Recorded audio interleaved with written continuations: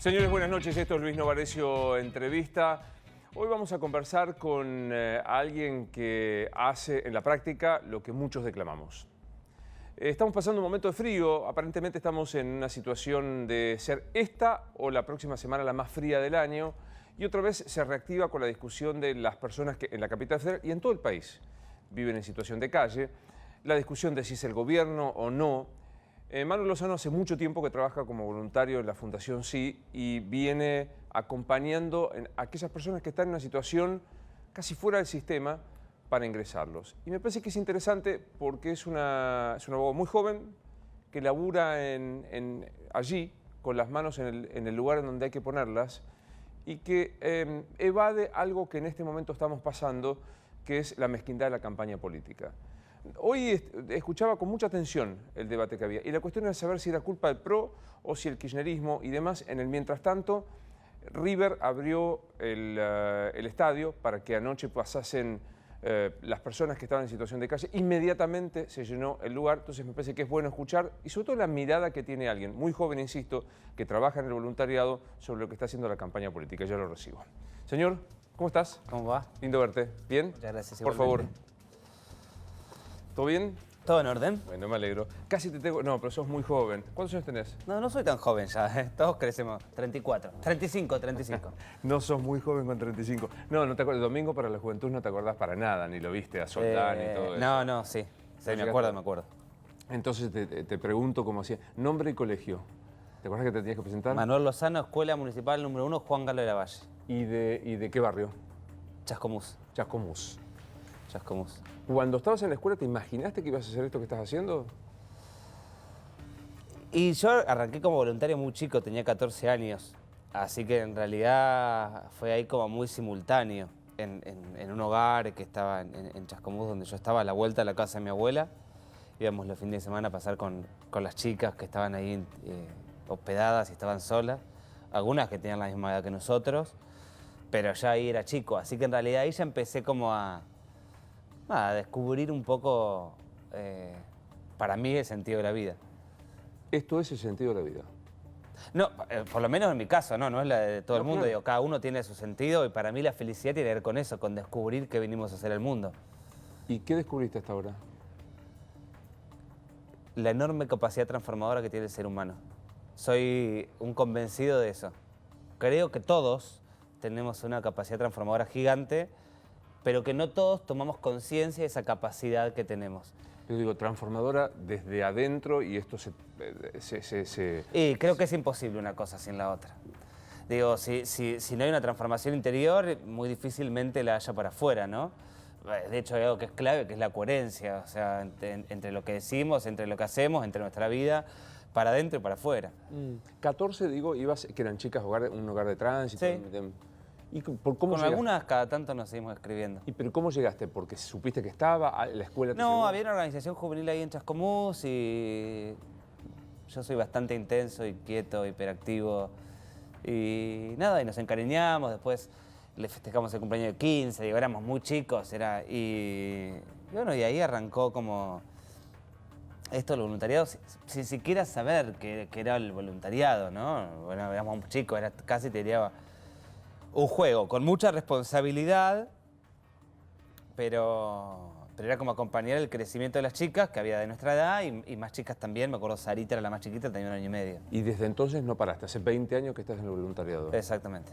¿Y cómo fue evolucionando? ¿Qué más hiciste? Y después me vine a Buenos Aires a estudiar, ahí puse solidaridad en Google, y ahí empecé como voluntario en Red Solidaria, después en Missing Children, y en el 2012... surgió la idea de hacer la fundación con la idea de profundizar justamente el trabajo en calle, y así nace la fundación y después fueron creciendo los otros proyectos de la fundación. Contame esencialmente qué hace la Fundación Sí para el que no sabe. Trabajamos en inclusión social, somos un equipo de 2.500 voluntarios distribuidos en diferentes lugares del país. 2.500. 2.500. La fundación no tiene un solo empleado, todos somos voluntarios. Muy heterogéneos, hay médicos, hay amas de casa, estudiantes, jubilados, súper variado. Creo que esa es la mayor riqueza que tenemos. Y llevamos adelante, por un lado, el proyecto de calle con las recorridas, que no es ahora, o sea, toma visibilidad en esta época, pero en realidad es un trabajo de todos los días del año. Eso es importante decirlo, porque la gente está en la calle todos los días y muere gente en la calle en cualquier momento del año. Es verdad que en este momento el riesgo es mayor, por supuesto, pero digo, todo el tiempo lamentablemente nos toca presenciar y ser testigos de estos hechos que obviamente nadie quiere. Y después trabajamos mucho en las villas, en los centros comunitarios, acompañando el crecimiento de los más chicos. Y trabajamos con el proyecto de residencias universitarias en el interior del país para que los chicos de las zonas más vulnerables, del medio del campo, del monte, tengan la posibilidad de venir a vivir a estas casas, que hay 10 en diferentes provincias, con 320 chicos viviendo ahí, para poder cumplir el sueño de seguir estudiando y salir de la pobreza. Tenés toda la razón que en esta época toma visibilidad, nosotros posamos un poco más la mirada y empieza esta discusión de si hay mucha o poca gente, si es porque quieren y porque no sé. ¿Cómo ves esta discusión? Y bueno, ya uno sabe que todos los años en un momento va a suceder. Primero hay algo que para mí no es tema de discusiones, si están ahí porque quieren o no. Digo, para mí ese debate me parece que carece de sentido. Pues se da, ¿eh? Que hoy la ministra de Desarrollo me dijo, hay gente que no quiere salir de la calle, está porque quieren la... No, entiendo que entiendo que el debate se da, para mí carece de sentido. Yo no concuerdo con que haya gente que esté ahí porque quiere. Lo que no quiere decir que en algún momento ellos puedan expresar eso, ¿sí? Digo, y esto, lo que pasa es que hay que explicarlo para que se entienda. Muchas veces cuando nosotros o cualquiera de los que esté escuchando toma una decisión, a veces tomamos una decisión creyendo que somos libres. Y la decisión que tomamos en cualquier aspecto de nuestra vida, la tomamos con nuestra historia, con la mochila que traemos, con las creencias que nos impusieron, con las que fuimos tomando, digo, con un montón de cosas. Entonces, esas decisiones vienen acompañadas de un montón de cosas. Y si hay algo que tienen en común todos los que duermen en la calle, es que la mochila pesa 200 millones de kilos y está cargada de abuso sexual, de violencia, de abandono, de más violencia, de más violencia, de más violencia. De una historia traumática que es increíble. Las historias que nosotros nos hemos encontrado en la calle superan cualquier película de terror que uno pueda ver. Entonces, cuando una persona que lleva esa mochila con todo lo que eso implica, con la inestabilidad, con el miedo y con el dolor que eso implica, puede ser que uno escuche decir, yo me quiero quedar acá. Pero no hay en realidad un acto de voluntad en esa frase, porque está presionada por toda esa mochila gigante y lo que implica, porque en la calle hay un estado de, si querés, como de... Cuando los primeros que nosotros acompañamos en la salida de calle, no entendíamos por qué. Cuando empezaban a salir de calle los primeros días, lo primero que nos decían es, me quiero matar, me quiero matar, me quiero matar. Y nosotros no entendíamos, digo, ¿por qué antes cuando estaba en la calle no nos decía eso? Y ahora que salió, dice eso. Y claro, y cuando uno empieza a entender, porque empezar a pensar en salir implica empezar a pensar en futuro. Y cuando uno empieza a proyectar para adelante, empieza a remover todo lo que tiene atrás. Y remover esa historia duele un montón. A mí cada persona que sale a la calle, y a todos los voluntarios que participamos nos genera lo mismo, nos genera una admiración profunda, porque hay que tener unos cojones de la hostia para animarse a remover esa historia que es terrible, terrible. Entonces eso lleva a que una persona pueda llegar a decir, me quiero quedar acá, pero en realidad no hay un deseo. Porque cualquiera que en el día de hoy, con la temperatura que hace, está 10 minutos para una esquina, sabe que a nadie le puede resultar agradable esa situación. Primer dato, primera reflexión. Nadie voluntariamente quiere estar en situación de calle.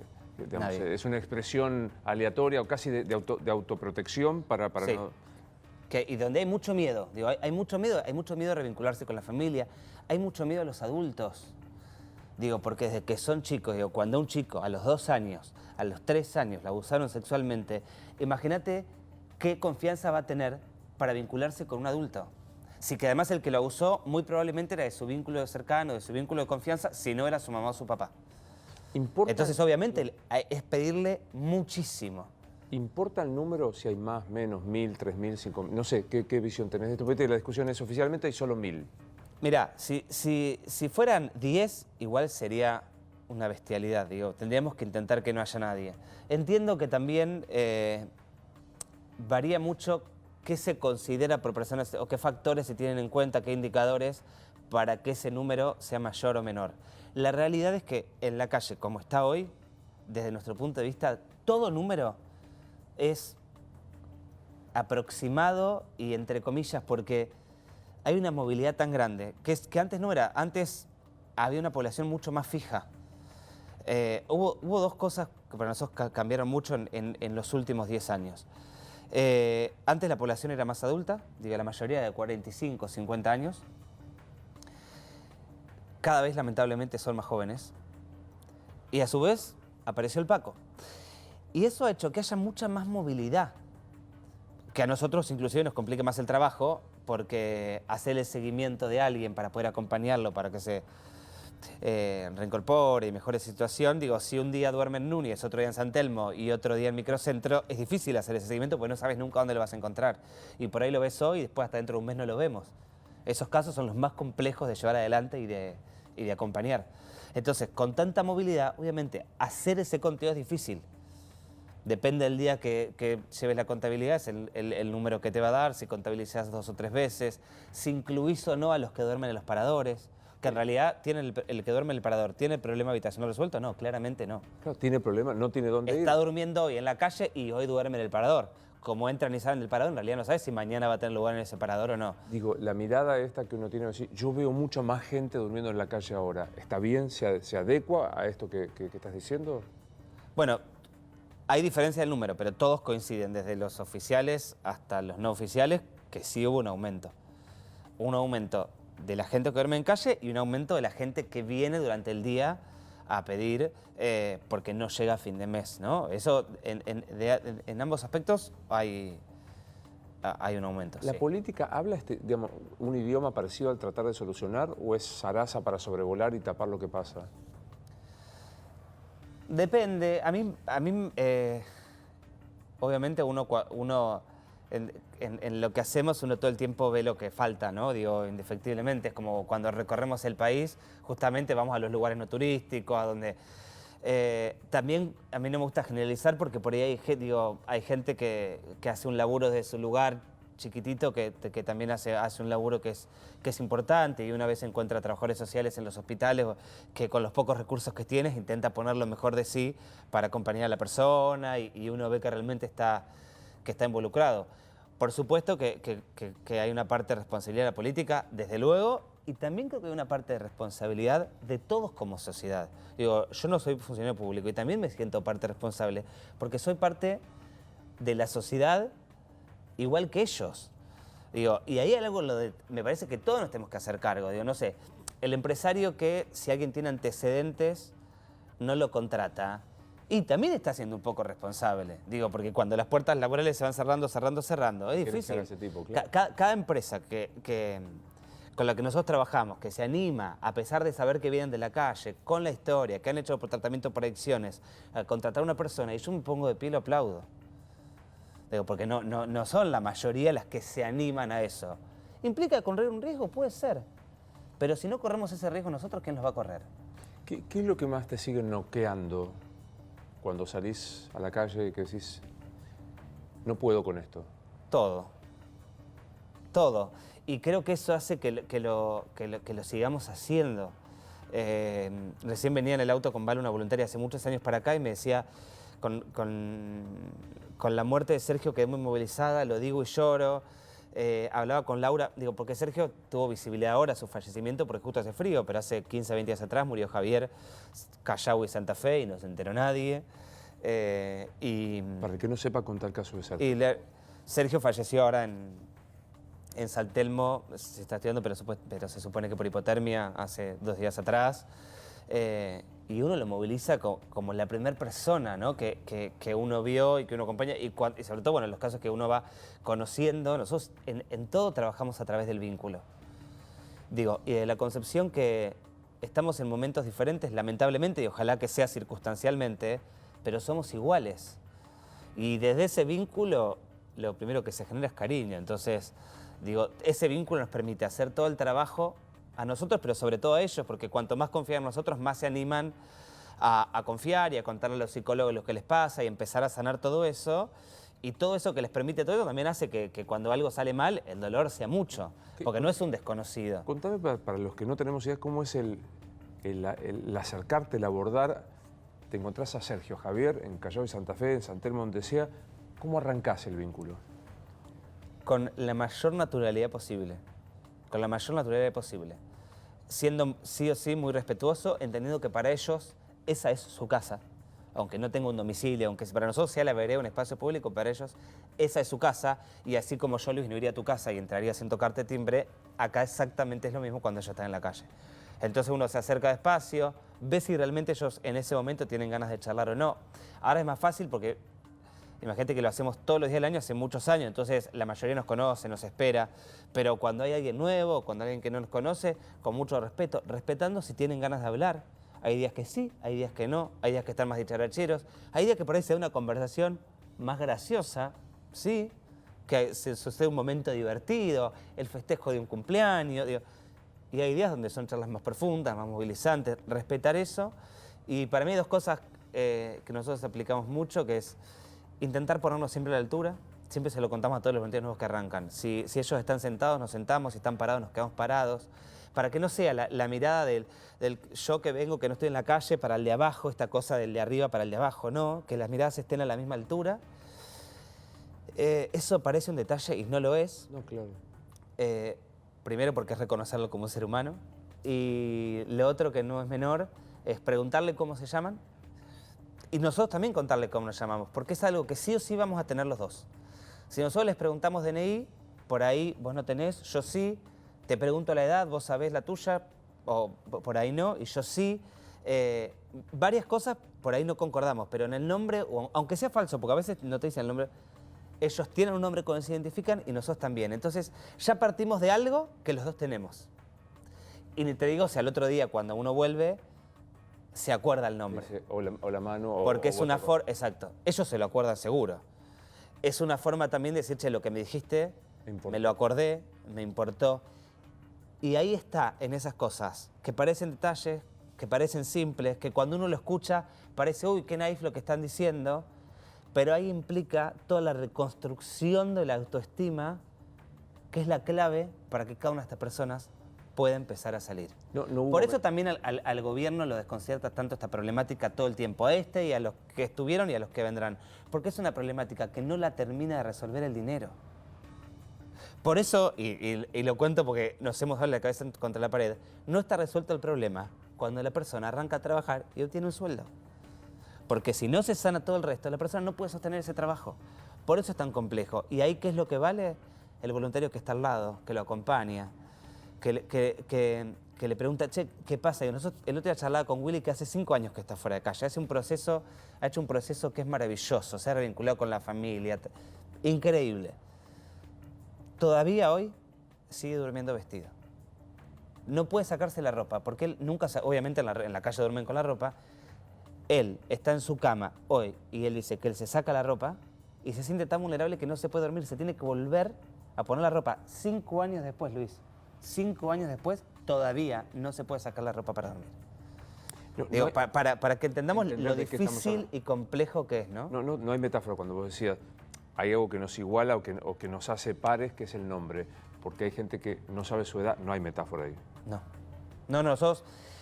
Ahora, cuando nosotros arrancamos en calle, vos hacías un DNI y el DNI, bueno, vos lo haces hoy en día y te llega a tu casa. A ellos a dónde les llegaba. No había manera. Era muy difícil, nosotros empezamos a pedir los camioncitos que había del RENAPER y nos íbamos a la calle. El RENAPER nos los entregaba a nosotros, como nosotros tenemos todo un mapa armado, íbamos y hacíamos de cartero y se los entregamos a ellos en su lugar. Y a veces no estaban y estábamos varios días con el DNI buscándolos para entregarlos, ¿no? No sabés las veces que nos tocó entregar un DNI y el estado de emoción de la persona, de saber su fecha de cumpleaños, de saber qué edad tenían. Algo que es tan indispensable para la identidad de cada persona, no lo sabían. A ver, algunos se consideraban más jóvenes, otros más grandes, otros no tenían ni idea. En la calle, los que hacen muchos que están, a veces se pierde la temporalidad. Cuando ellos vienen al equipo de inclusión laboral y van charlando, que no es algo de un solo día, y van como armando un poco su historia para armar el currículum y para ver nosotros qué experiencia tiene y de acuerdo a eso ver dónde. Armar el currículum cuesta mucho. Porque no se acuerdan si hace 2 años que están en calle, o 3, o 4. El tiempo se pierde. En la calle son otras reglas. Entonces, todo eso lleva tiempo y hay que rearmarlo. Y es un trabajo hormiga.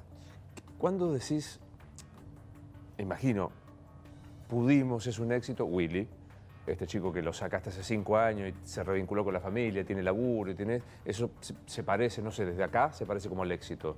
¿Y cuando decís no pude? ¿Cuándo es el fracaso? Primero, nunca es pudimos o no pude para mí. En realidad es, en el caso de Willy, Willy pudo. Digo, uno es como testigo y acompaña, pero el que logró eso, y te lo digo, me emociona porque no sucede todo el tiempo y es muy fuerte, es la alegría de saber que logró atravesar todo eso y se animó a revivir todo ese dolor. Lo sanó y pudo ponerse de pie, o lo sigue sanando, pero está cada vez más de pie. Tener la posibilidad de acompañar ese proceso es algo maravilloso y que todos los que participamos en la recorrida celebramos que confíen en nosotros, después de todo lo que le han golpeado, para permitirnos estar a la par al tiempo que ellos manejen, porque eso es clave. Digo, no podemos apresurar ese proceso porque ese proceso es de ellos con su historia y no nuestro. Nosotros acompañamos eso. Y en realidad, obviamente, uno celebra cuando uno ve que pudo y que logró, pero también en aquellas historias que terminan mal, digo, me acuerdo hace un par de años una persona que falleció de cáncer en el internado del Rivadavia y que claramente, digo, midiéndolo en éxito o fracaso, bueno, había fallecido, digo, era un fracaso. Y yo decía, no, esperen, digo, esta persona hubiese terminado en la calle, sin el tratamiento adecuado, muriendo de dolor. ¿Terminó muriendo? Sí, pero murió en un hospital, dignamente, con el tratamiento que correspondía, y en el momento que falleció había un voluntario sosteniéndole la mano. ¿Es lo mismo o no? No es lo mismo. ¿Murió? Sí, pero no murió solo, digo, murió mucho más dignamente. Entonces digo, no sé si cabe hablar de fracaso. Sí, obviamente hay que hacerse de mucha tolerancia a la frustración, de mucha paciencia, sobre todo en los casos de acompañamiento en tratamiento por adicciones. Es una subida, una bajada, mesetas, pensar estratégicamente, a veces pensar en frío y tomar decisiones en frío, a veces poner límites. Dijiste algo al comienzo que a propósito de esto, que es el Paco vino a cambiar la cosa. Sí, sí, porque claramente, primero las consecuencias son muy rápidas, el daño neurológico es terrible e irreversible, y cuando uno ve a un chico de 24 o 25 años que ya el daño neurológico es tan grande que uno lo piensa y dice, aunque deje de consumir, ya este chico no va a poder incluirse laboralmente, nunca, es terrible. Porque decís, estamos hablando de una generación de muertos en vida. Es terrible. Y cuando ves que cada vez son más chicos, digo, en su momento yo decía, bueno, son de mi edad. Hoy son más chicos inclusive, obviamente es dolorosísimo y sobre todo porque vienen de historias donde generalmente terminan pagando consecuencias de los adultos, de chicos, muchos ya nacieron en calle. ¿Sirve, Manu, reglamentar, legalizar el consumo de cierta droga para uso personal para evitar esto? ¿Sabes que no lo sé? No tengo una posición tomada al respecto. Me van a matar por esto que estoy diciendo seguramente, pero... ¿Te importa que te maten? ¿Eh? No, todo el tiempo en las redes, pero intento ser como muy coherente con lo que pienso y la verdad es que no. Y también intento ser como muy respetuoso de que, digo, no me invitaron acá por lo que yo hago personalmente, sino por lo que hacemos 2.500 personas e intento como, con lo que digo, representar y ser respetuoso de lo que pensamos todos los que participamos, ¿no? Y seguramente ante esta pregunta haya muchos a favor y muchos en contra.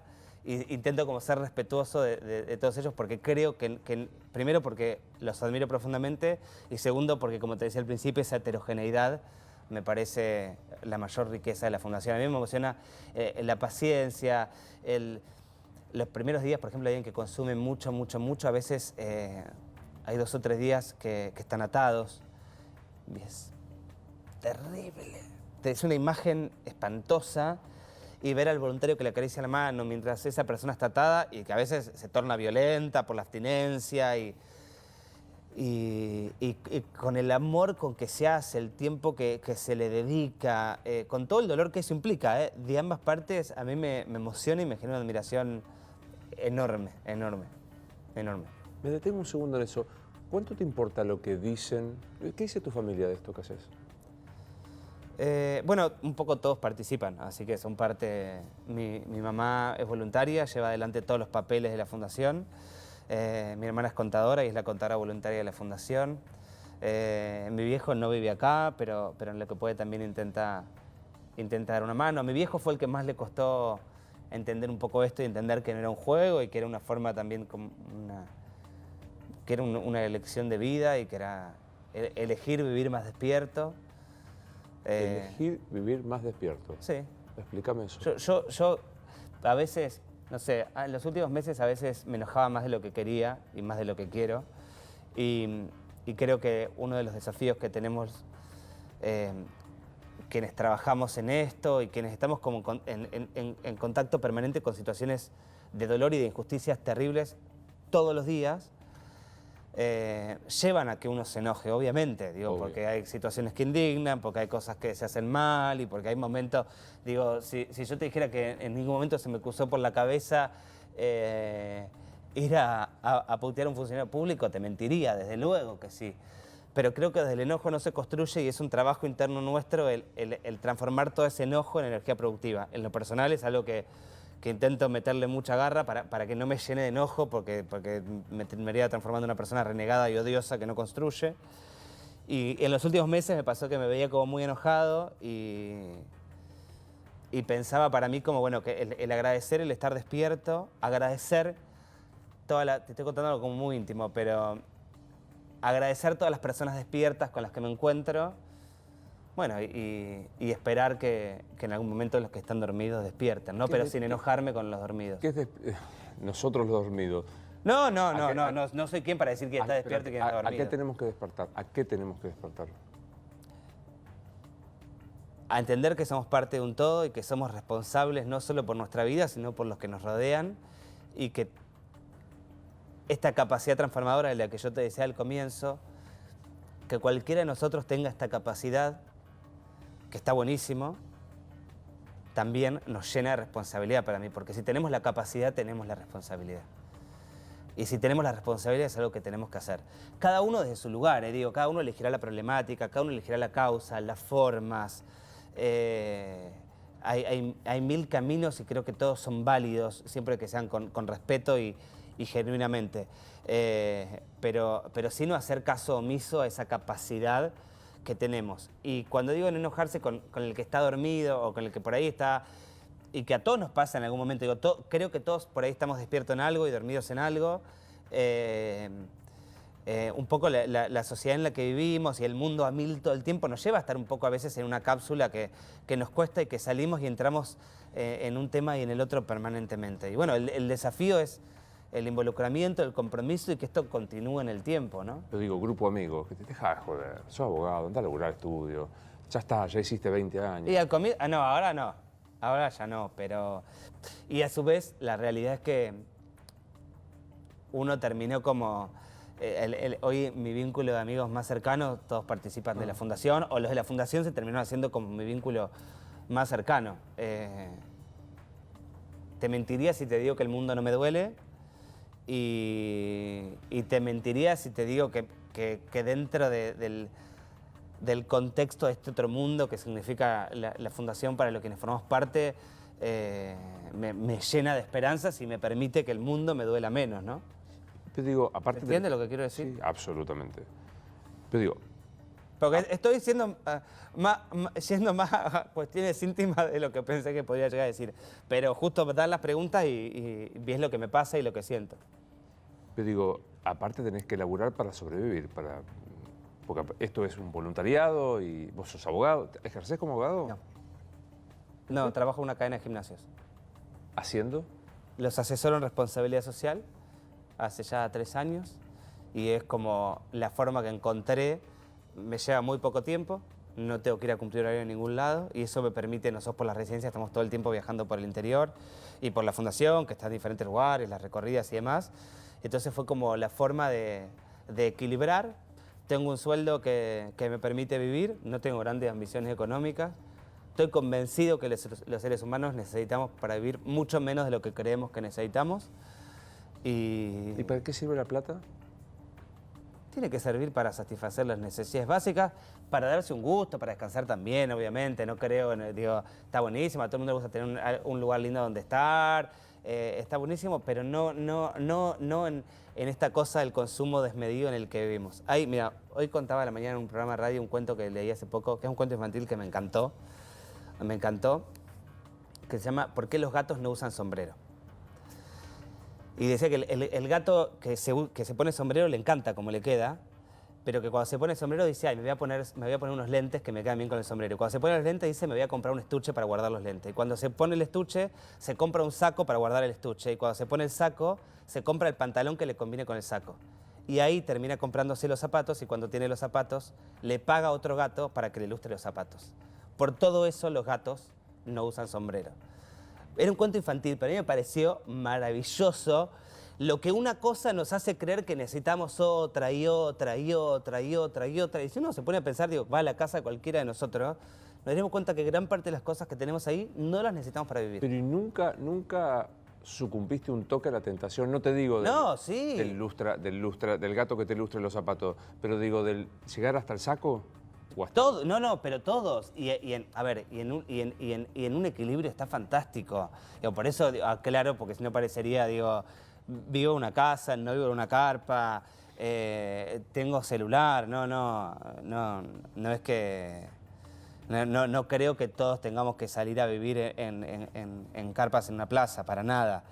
Pero todo en su justa medida y en el equilibrio y siempre pensando en qué pasa alrededor, en lo que hacemos, en qué impacta y en qué no impacta, en lo que está. ¿Y de dónde se agarran los voluntarios para salir a la calle, encontrar a Willy que fue bien, pero Javier que no, y que vas y no puedes entrar? Creo que hay algo de eso del ser humano que es maravilloso, hay algo adentro, un mecanismo, que un psicólogo creo que lo podría explicar mejor que yo, de equilibrar, ¿no? Y entonces ahí, inconscientemente creo, uno va como aferrándose a lo que uno va viendo que está resultando positivo para soportar o para tolerar lo que duele, lo que frustra, lo que enoja, Entonces, eso es un poco lo que te permite seguir adelante y a su vez, sin duda, toda la contención del equipo. En nuestro trabajo en calle, nadie sale solo a la calle, todos salimos en grupo para estar contenidos, para acompañarnos, para después tener con quién charlar lo que nos pasó. En las residencias, digo, los chicos no están cada uno en una casa diferente. En cada provincia habían 30, 40 juntos para que se arme una comunidad donde ellos mismos puedan acompañarse, puedan charlar sobre lo que les implica el salto del secundario a la universidad, que les es no difícil, dificilísimo, porque las herramientas que les brinda el secundario son completamente escasas para el nivel que les exige la universidad. Entonces, los primeros meses es darse la cabeza contra la pared permanentemente y tienen que tener un deseo muy fuerte para poder avanzar y saltear eso. Pero ellos también, al estar con el resto, bueno, che, vos pudiste, entonces yo puedo. Si yo lo logro, por ahí yo voy a contagiar a otro. Y eso creo que en el equipo también ayuda para ir para adelante. Alguien puede decir, como casi todos los laburos, uno se aferra a la buena parte para tolerar la otra, solo que acá el escenario no es hacer o no un programa o, qué sé yo, cerrar un balance como para un contador. Muchas veces el debate es la vida o la muerte. Sí, y a veces sí, es difícil. Sí, a veces cuesta dormir, a veces sí, totalmente. Cuesta dormir. Pero todo, no, digo, eso todos los que trabajamos con seres humanos, digo, nos pasa, ¿no? A mí, digo, a cada uno obviamente le van impactando diferentes situaciones o tiene como los recuerdos de acuerdo a con quién se vinculó más y demás. Para mí hubo una historia en la residencia de Santiago que hoy por suerte la puedo contar y porque sigo en contacto y porque sé cómo está hoy en día, de un chico que entró a la residencia de Santiago a estudiar del medio del campo, Nicolás. Lo cuento porque estoy autorizado por él para contarlo. Y cuando entra, nosotros no lo sabíamos, nos cuenta que él tenía un pacto suicida con sus dos amigos en el campo que se iban a suicidar los tres. y nos enteramos porque él entra a la residencia, pero sus otros 2 amigos se suicidan. Y él entra en un pozo depresivo terrible y para nosotros era difícil porque no sabíamos cómo acompañarlo.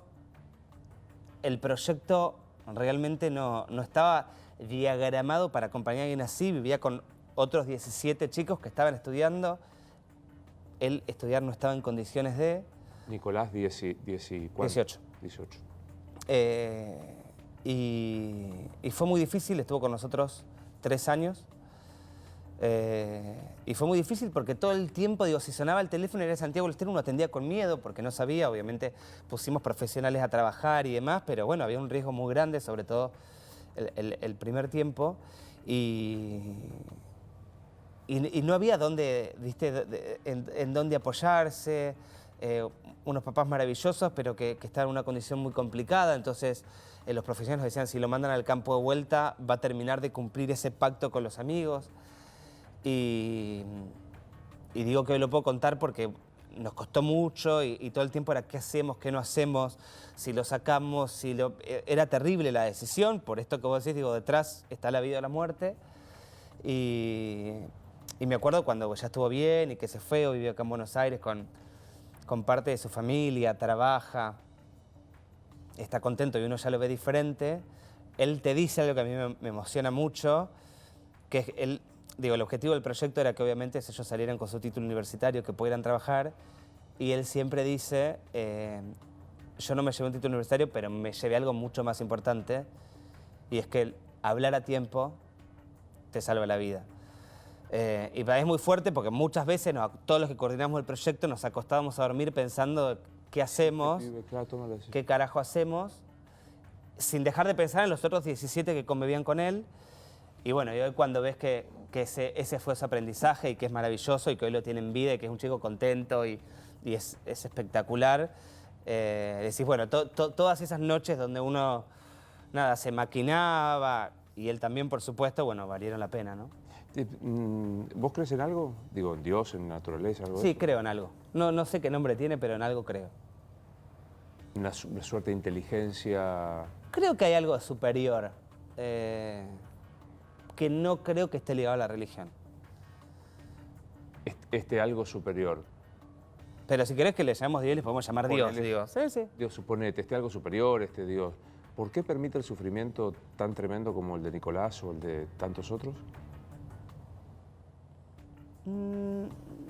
No creo que sea... Uf, qué pregunta. Bueno, en realidad tendríamos que pensar... No sé si me lo había hecho alguna vez esa pregunta. Para mí más bien, ¿por qué nosotros permitimos eso? Porque si no es como un poco lo que hacemos y lo que nos caracterizamos los argentinos, que echar afuera, ¿no? Digo, ¿por qué nosotros permitimos esto? ¿Por qué nosotros nos acordamos de la gente en la calle solo la semana que hace frío? Si están todos los días en la calle. ¿Por qué hablamos de qué se hace y no se hace en la calle y no pensamos todo lo que hay que hacer para prevenir a que lleguen a la calle? Porque es verdad, a veces en calle ya es tarde. Digo, pero antes, cuando ese chico que hoy tiene 30 y está en la calle destrozado, tenía 7 y lo golpeaban, lo violaban, lo sacaban... Digo, y ahí no hubo nadie, ¿eh? ¿Por qué permitimos eso? Yo siempre lo pienso como desde el lugar que cada uno de nosotros ocupa en la sociedad. Y en esto, digo, quiero aclararlo, soy consciente que no es el mismo grado de responsabilidad de todos. Por supuesto que un funcionario público tiene 1000 veces más responsabilidad que un ciudadano común. Desde luego, digo, no soy inocente en eso. Pero todos tenemos algún grado de responsabilidad. A propósito, ¿esos funcionarios te llaman, se acercan voluntariamente o tenés que ir vos a buscarlos? Nos manejamos bastante aislados, la verdad. En algunas cosas, digo, no sé, por ejemplo, ahora estamos organizando todo el recorrido de las escuelas rurales para convocar para las residencias y ahí obviamente tenemos que pedir la autorización para entrar a las escuelas a hablar con los chicos. Pero es solamente pedir una autorización. Es una carta que nos autoriza a entrar, no más que eso. ¿No tenés un funcionario voluntario? ¿Un funcionario voluntario? No. Bueno, A ver, en realidad depende de lo que uno... Si funcionario consideráramos a alguien que pasó por un proceso electivo, no. El que se queda, te digo. Si funcionario lo asemejamos a un empleado público, sí. De hecho, en el interior gran parte de la población es empleada pública, digo, sí. No, digo, un tipo que, como decís, fue un diputado que un día pasó por la fundación, vio por la residencia, vio y dijo, hago esto. Aparte. No, nos mantenemos al margen. Y a Ellos mí también se mantienen yo al margen. soy poco políticamente correcto. Entonces sé que metería la pata, digo, como que soy bastante mal hablado, tengo un carácter, porque uno escucha así, contar la anécdota del gato y parece como, no, tengo un carácter de mierda. No es cuentito de... No. ¿Y qué es lo que te hace putear más? Y la inoperancia me hace putear. Y cuando lo que se está haciendo mal, se sabe que se está haciendo mal, digo, porque puedo permitir que haya cosas que no se sepan o que se ignoren o que no se sepan hacer de otra forma mejor. Pero cuando se sabe que se está haciendo mal e igual se hace, bueno, esa es como... ¿Ejemplo? La peor versión. Bueno, a ver, la lista. No, y con la parte educativa me enojo mucho. Lo charlamos cuando estuvimos Debo Decir.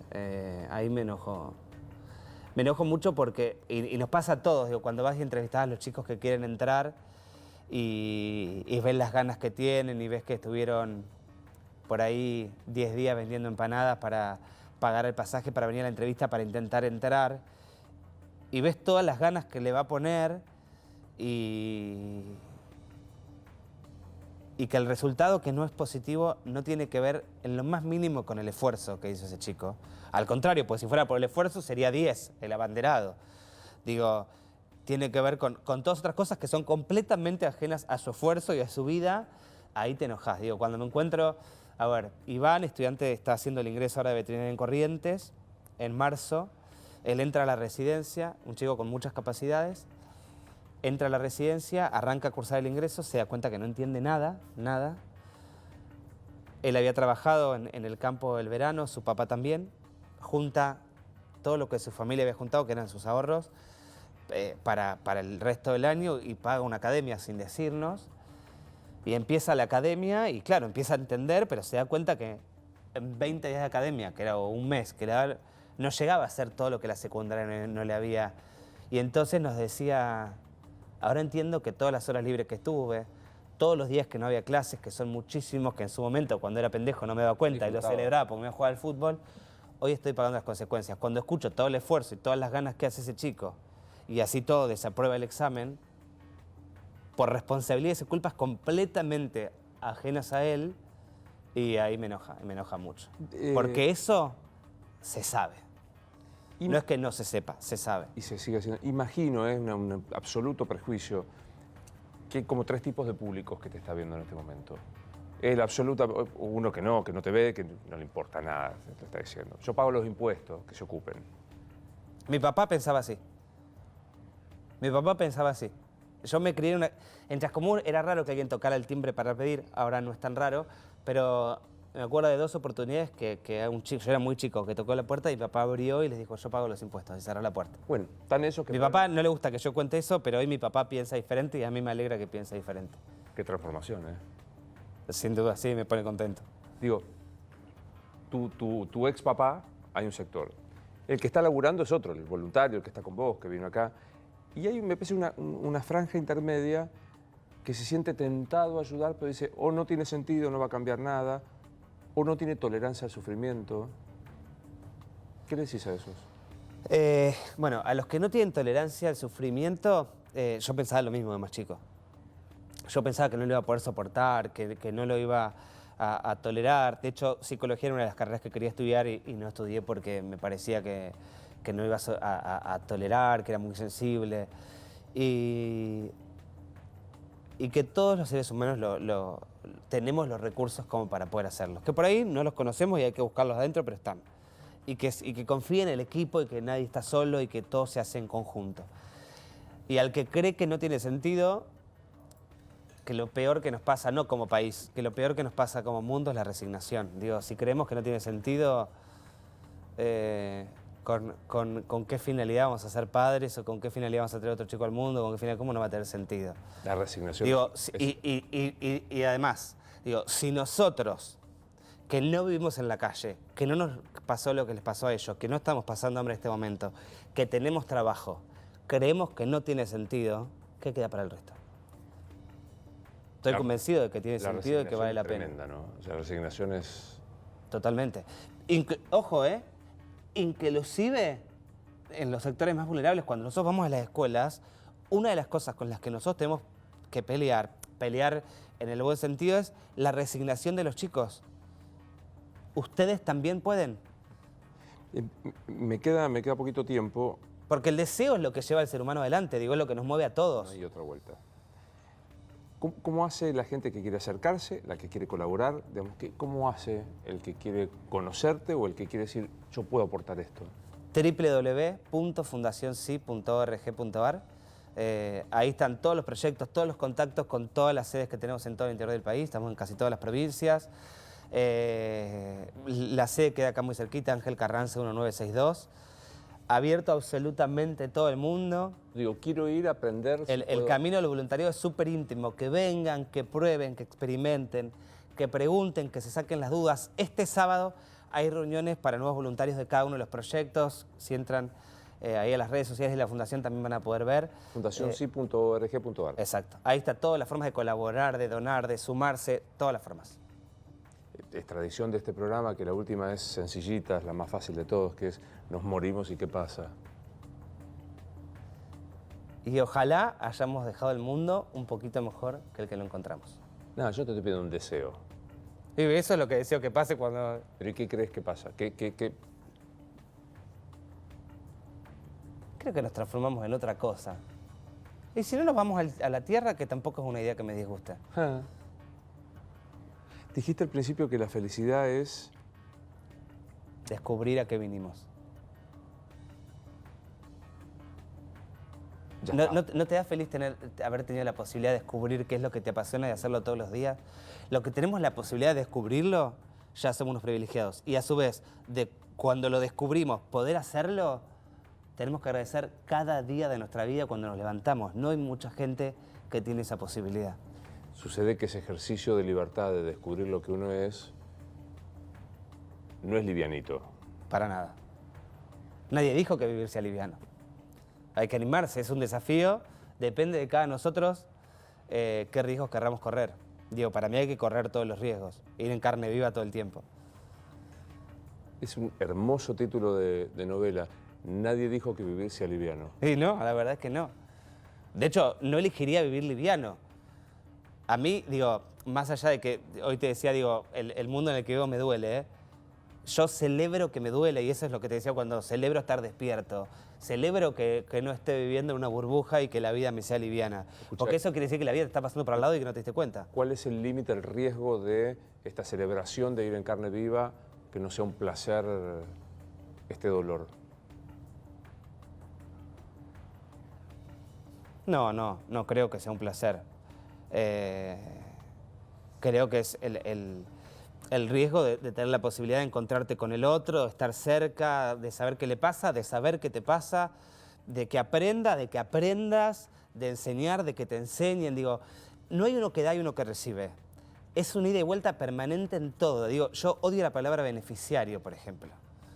Porque todos somos beneficiarios de algo, todos somos voluntarios de algo. Esos roles son ridículos. Bueno, ¿y para qué viniste? No acá. ¿Para qué viniste a esta vida? Y en mi parte, para intentar hacer la realidad un poco más justa. O eso intento. Por lo menos en el pequeño lugar del mundo que me toca. Asquerosa pregunta, pero no tengo otro modo. De 0 a 10, ¿cuánto la felicidad? ¿Qué es esto de descubrir para qué viniste? 10. ¿Sos un tipo feliz? Sí, en mi concepto de felicidad sí. Después no quiere decir que a veces que esté angustiado, por supuesto. No, la felicidad pero en el concepto de felicidad sí, totalmente. 10. Me gustó verte. Gracias, igualmente. Esto es Luis Novarecio Entrevista. Hasta la próxima.